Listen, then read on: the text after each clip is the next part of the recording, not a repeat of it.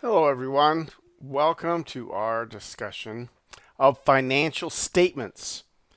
So, the question we ask ourselves is what goes on the financial statements and which statement do they get reported on so that we can tell a story that is accurate enough.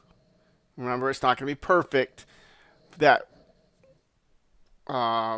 investors can understand what's going on with the company. We don't want to distort what's happening because we put things in the wrong places where people are not expecting them, where they're not ready for the information to be presented. We want to make sure that it is clear by following what the rules are. And what we're going to go over is what is outlined in the FASB rules with regard to financial statements and what they present. So let's jump in here, and we're going to start, and we're going to do this when we are in the real world and we're working on financial statements for a company. This is the order we will do them in, is the order we will go over them. So the first one that we are going to prepare or work on or be able to compile is the income statement or statement of operations. You will also see the term profit and loss statement. That's become kind of old-fashioned, but you'll find it in some of this accounting software because they carry that over from the old days. But you'll never see that in a real live financial statement, at least not for a big company that is communicating to the public. So anything we pull up and look at will have either be called a income statement or statement of operations.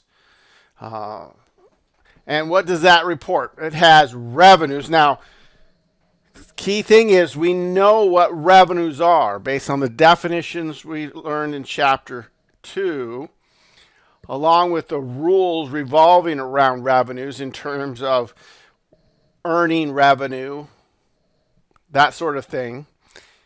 So that now that we know what that is, we know that if we have something that's earned as revenue, that's going to be reported. The total of it is going to go on the income statement. And that income statement is going to measure over a period of time. As it says in that last statement, for an accounting period with a beginning and ending, we have to know that we earned the revenue from a particular date through a particular date. It's over a period of time.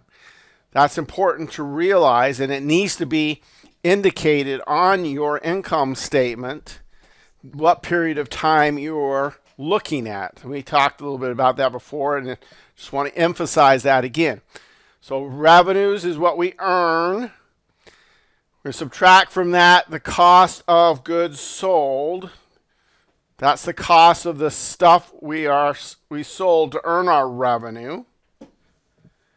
Equals gross profit. So we have a subtotal, and we're going to emphasize or kind of encourage the use of a multi-step income statement, meaning to provide some subtotals like gross profit. Gross profit is revenues minus cost of goods sold, or less cost of goods sold. That's your gross profit. If you were doing a single step, and there are still some of those out there, income statements, you would just keep going onto the expenses. And you just treat cost of goods sold as all the other expenses. I find it's more instructive for students, especially when they're new to this idea, to treat it as special, a little different than the other expenses. Even though it's an expense, that it needs to be special, listed first, subtracted to get gross profit, kind of gives it an importance to it in communicating to our investors. Now that you have gross profit, you can subtract the other expenses that are not cost of goods sold. And we know what those the definition of those expenses are and what the FASB has said about when those get recognized. Remember, expenses are past benefit. They've been used up. They're no longer going to provide benefit in the future. Then we have a special section, and it may or may not even exist, but we add gains and subtract losses. Notice that that's separate from revenues and expenses. We want to put that below, separate them out, because gains and losses are what's not as important as revenues and expenses. All right, and we'll talk a little bit more about that in the next slide. Then, so gains are added, losses are subtracted. Then we list our tax expense, and we put tax expense last because it doesn't have as much to do with our performance as a company. It has more to do with the government entity and what they have determined we should pay in taxes. The last number is net income or net earnings. So that's after you subtract the expenses, after you add the gains, subtract losses, after you subtract the tax expense, then you get net income or net earnings. Sometimes you'll have an another subtotal, and you'll have a subtotal. You subtract expenses, add gains, subtract losses, and get what's called operating income. Then subtract out tax expense, or sometimes they'll call it income before taxes because of taxes being such a external factor. Then subtract the taxes and then get net income. So all those subtotals are designed to help us understand the story and emphasize certain things. They don't change the basic idea of the income statement or the process. So, some things to remember in the income statement. If it fits the definition of revenue or expense, it belongs. If it benefit is in the past, if we've earned it, then it goes on this statement. Key difference between revenues and expenses, gains and losses. Revenues and expense are those things that we do in our primary business operations. So if I am a pizza company, my primary business operations is making and selling pizzas, say I'm Domino's or some other pizza restaurant, then revenues is selling pizza. Cost of goods sold is the cost of the pizzas. Expenses are the electricity to run the ovens to bake our pizzas. Occasionally, pizzas are something we do every single day. That is what we do. But once in a while, we may need to dispose of a pizza oven because we have a new one or because it is in some way not working as well as we'd like it to. So we sell that. The amount we receive for selling that is not a revenue. It is, we want to look at that differently than selling pizzas, because that is not our primary business, selling pizza ovens. It's selling pizza. So our pizza oven is occasionally something we do.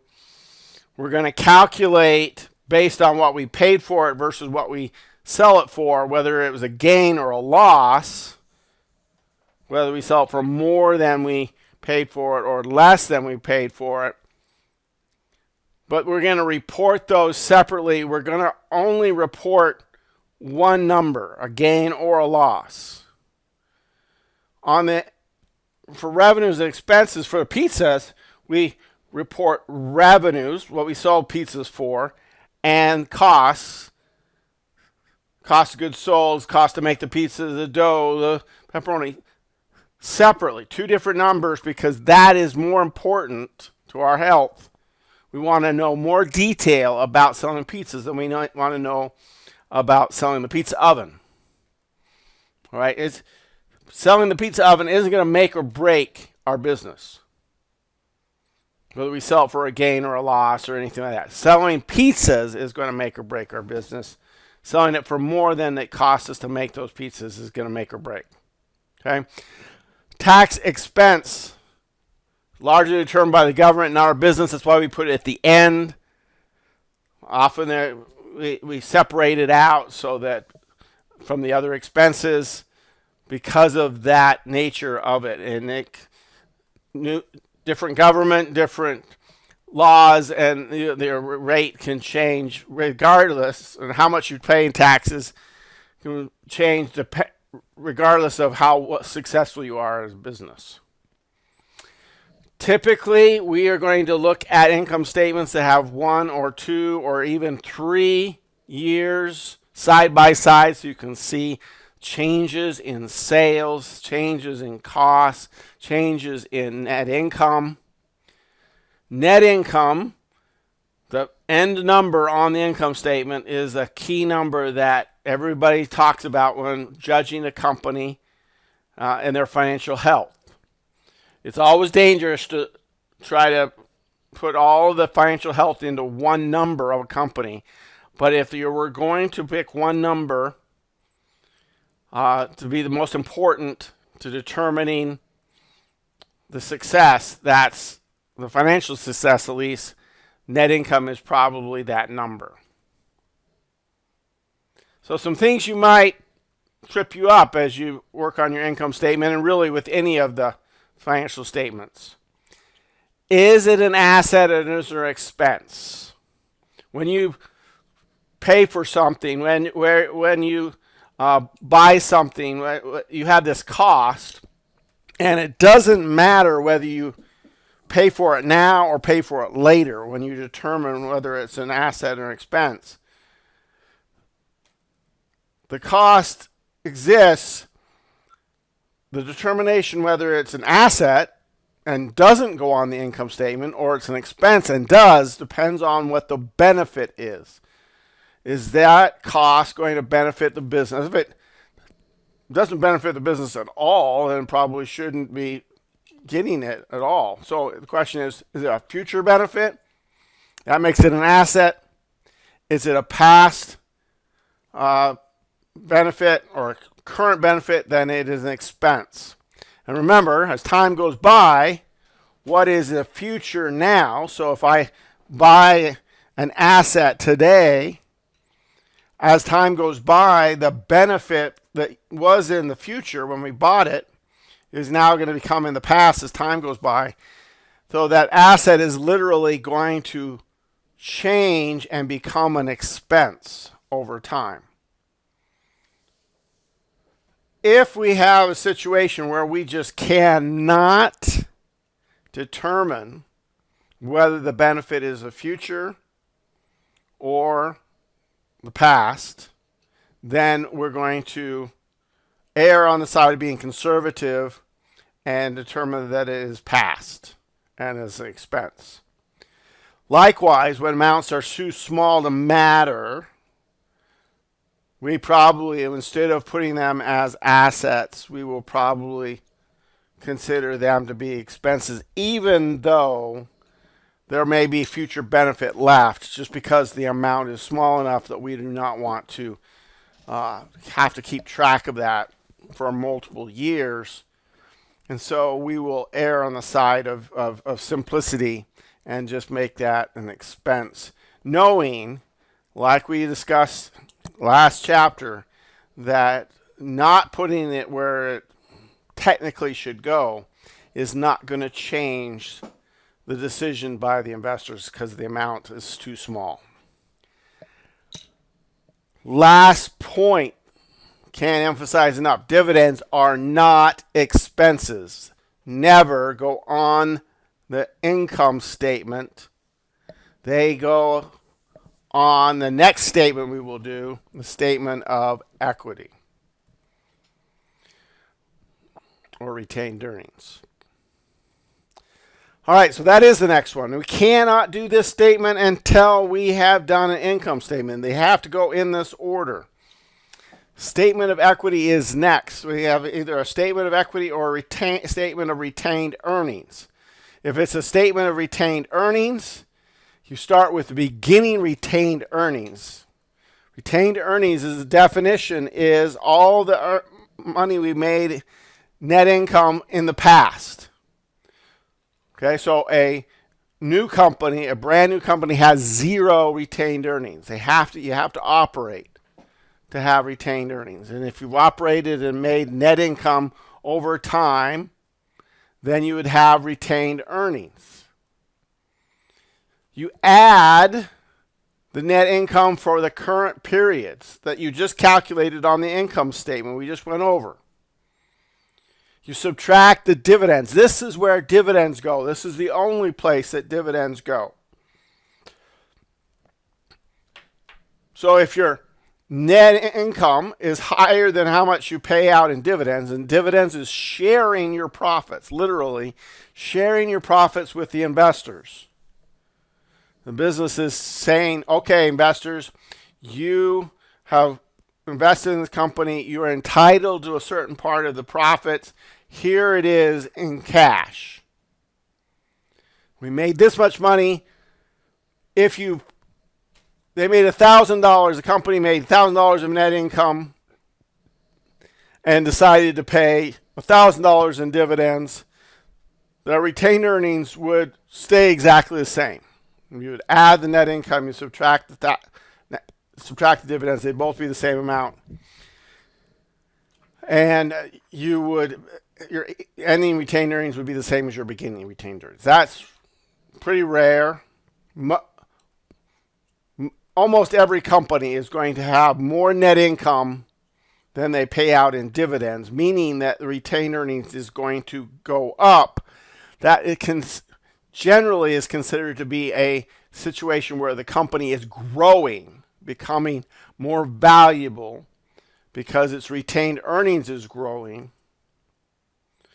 If a company has more expenses than revenue, not the best outcome, not the one we expect, not the one we want, but sometimes happens, then you would subtract that loss instead of add the net income. And you shouldn't pay dividends out when you have losses.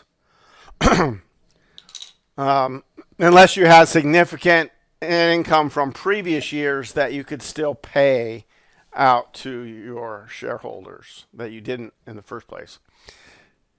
Now, typically this is set up as literally in this order, and you have a column for retained earnings where at the beginning number, add the net income, subtract the dividends, and end with any retained earnings. If you do a second column and measure changes in capital stock, remember the two pieces of equity that we talk about is capital stock and retained earnings.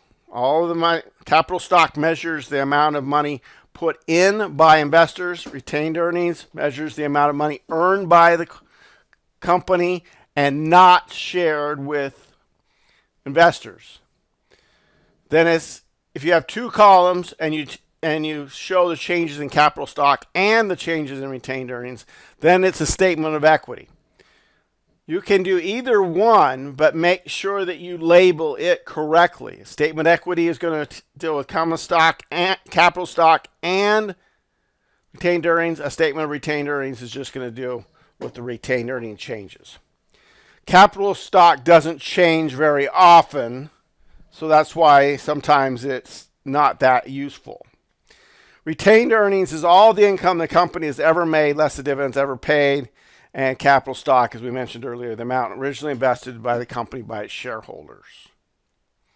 You may see other terms describing capital stock like common stock, additional paid-in capital. We're all going to lump those all together for now. We won't differentiate between the different types of stock, the different ways that you do stock until a later accounting class. All right, so you've done an income statement. You've taken the net income. You put it on your statement of equity or your statement of retained earnings. You calculate your ending retained earnings, your ending capital stock. Now you're ready to take on the next financial statement, and that is the balance sheet. And this is where we introduce the accounting equation, which is going to drive an awful lot of what we do moving forward in this class for the rest of our time together. Accounting equation is assets equal liabilities plus equity. It's literally a formula. Okay. Equity is a generic term. You can use the term shareholder equity. You can use the term owner equity. You can use the term stockholder equity. All means the same thing. If it's a corporation, you have shares or stock. So you can call it a shareholder or stockholder. If it's a partnership, then you have owner's equity. You shouldn't call it a shareholder or stockholder equity if it was a partnership. Other than that, equity is the generic term. But the concept here is liabilities plus equity has to equal assets. We divide both the assets into current and long-term. Those that are going to be used in less than 1 year, current, longer than 1 year, long-term.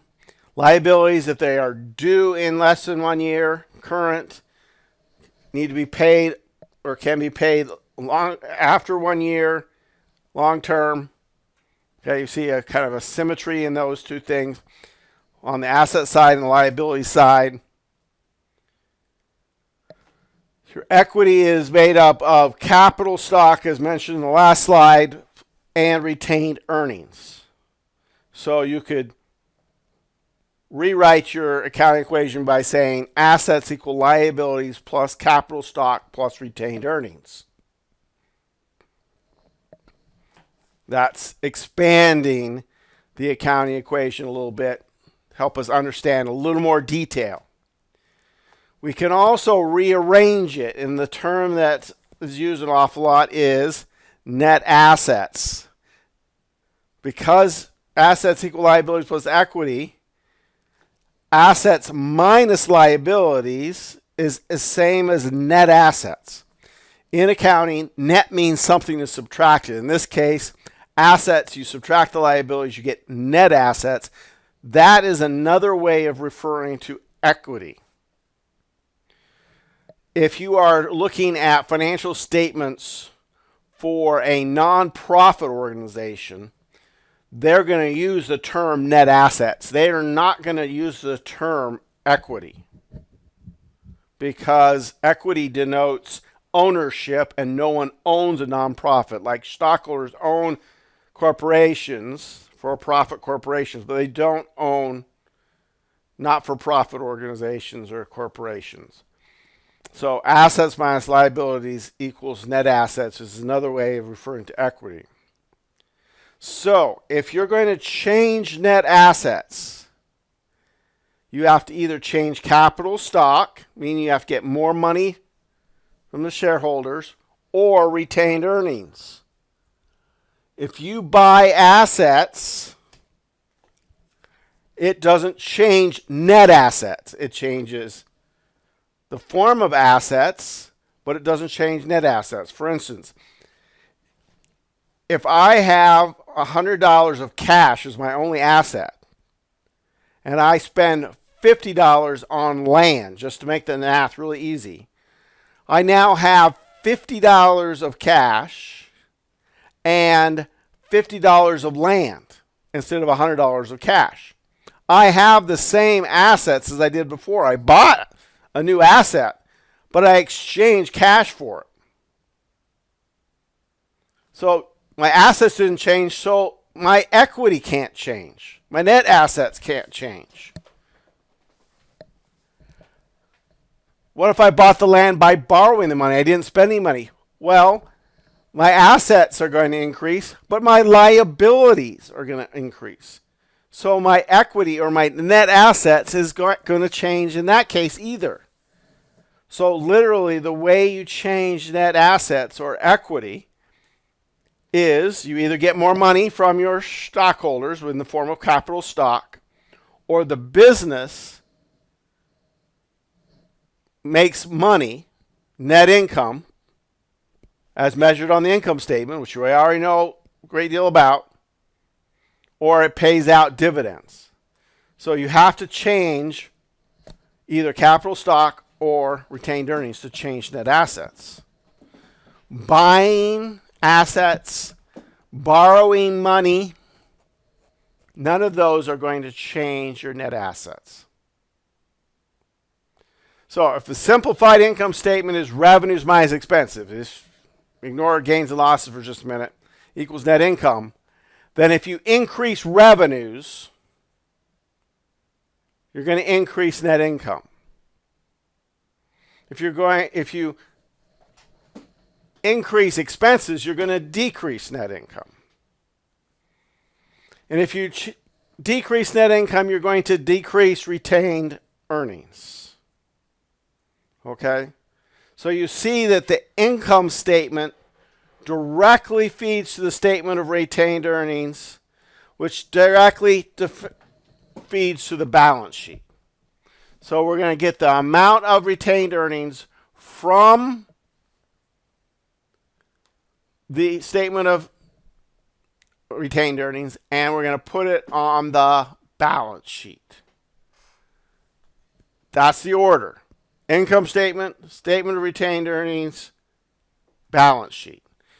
Your balance sheet won't work if you don't get the information from the statement of retained earnings. Okay? Everything we do, every event in a business has to keep the accounting equation in balance. That's our goal. So the equal sign has to stay equal. If we're telling the right story, that's how we make sure we don't miss anything when we're telling our story. Make sure that we're following the rules by keeping everything in balance. So if there's a change on the asset side, it must be balanced by changes to the liability or equity side. So if you picture the accounting equation as a seesaw at the park, okay, the equal sign is in the middle. You've got to keep them even. So now you can exchange one asset for another and nothing changes on the asset side and everything stays in balance. You can exchange a liability for another liability or equity for a liability and only change the liability and equity side and everything will be, they'll just move around, but the total won't change and that will stay in balance. Just like if one person gets off the seesaw, but another one in the same weight gets back on, right, at the same time. Okay, that doesn't upset or anything like that. And you don't have to do anything on the other side either. But if you're going to take somebody off the asset side or put somebody on, then there has to be someone, okay, that comes on the other side. Either you got to take them off or put them on. Balance sheets, unlike the income statement we talked about, there has to be a beginning and an ending date. Balance sheets are for a particular day. We'll note that when we look at look at our example. For a particular point in time or literally a single day. It shows what assets we have, what liabilities we have, what equity is on that day. It does not show the day before. It does not show the day after. It shows that particular day. That day should be the same day that the income statement ends, if it's going to make sense. If your story is going to tie together, the income statement tells the story of how we got to the balance sheet. The balance sheet tells a story about where we are. The last one, okay, is a statement of cash flows. And it is always done after the other three, so it's last. It measures the change in cash from the beginning of the accounting period to the end of the accounting period, just like income statement, but this is measuring cash. How much money came in, how much went out. Okay, and it's going to separate that into three categories. Everything that comes in or goes out is going to be either an operating activity, investing activity, or financing activity. So there's three subtotals on the statement of cash flows. There's a cash flow from operating activity, there's a cash flow from investing activities, and cash flow from financing activities. You need to show whether they are positive or negative. Okay, and in accounting terms, we typically have positive as just a regular number, negative in parentheses. But if you want to use a negative sign, that's fine too. But you need to designate, because it's a lot different to have a cash outflow negative or a cash inflow positive. That's a different, very different story. So how do you know what section to put it in? Well, if it's part of the main business activities, it's operating. If you're paying your employees, if you're paying for your inventory, okay, if you're receiving cash from customers, those are all operating. Most things are operating. If you don't know, you're probably best to guess operating. That's where most of the cash transactions should happen. Investing is buying and selling long-term assets. So remember, we know what assets are. We know what we mean by long-term. Those are going to last more than 1 year from our talk about the balance sheet. When we buy a vehicle, when we sell a vehicle for our business, our pizza business, let's go back to being pizza. We buy a vehicle to deliver pizzas. That's a long-term asset. Buying that, investing it, paying cash for that would be a investing outflow. That would be a negative cash flow. If we sold that vehicle after a couple of years, I got cash for it, that would be a cash inflow. That would be a positive number. Financing, borrowing or paying back cash. We borrow money from the bank. That's cash coming in, positive.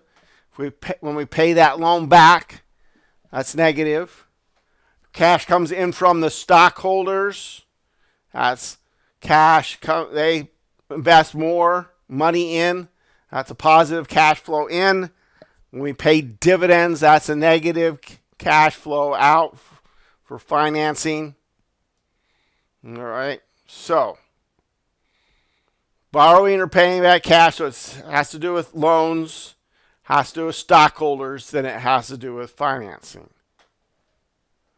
A reminder, cash going out is negative, parentheses, and cash going out is positive.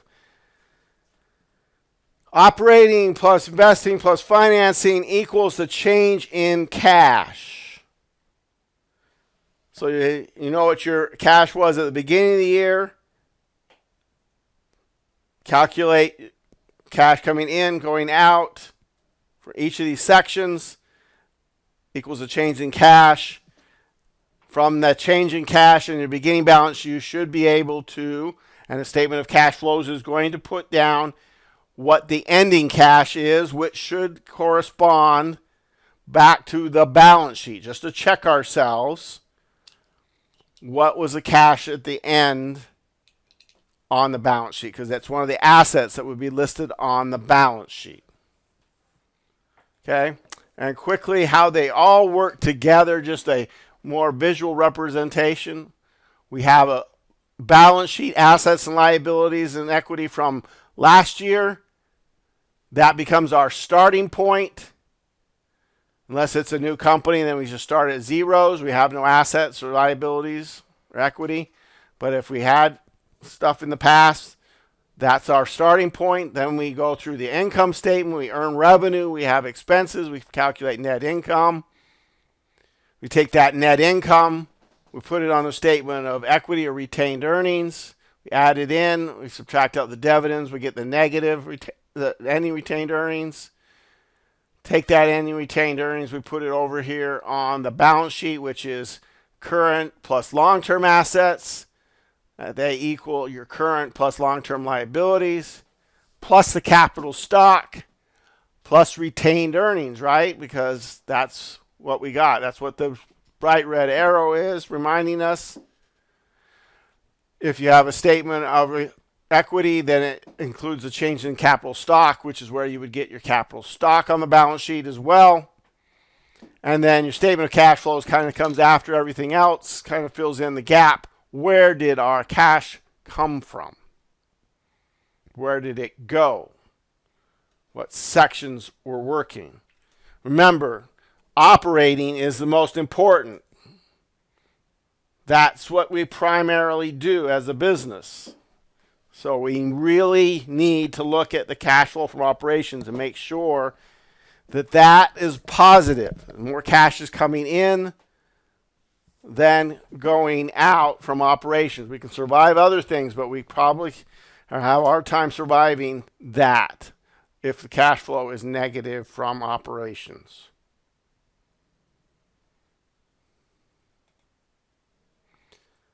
All right, let's come over here and adjust our screen a little bit and just look at an example. This is Home Depot. It's a balance sheet, but we want to start. We'll do it in the same order. They don't present it in the same order as we talked about it. There, you see different ways of presenting it for each company. Wait a minute, where did I miss the statement, income statement? There it is.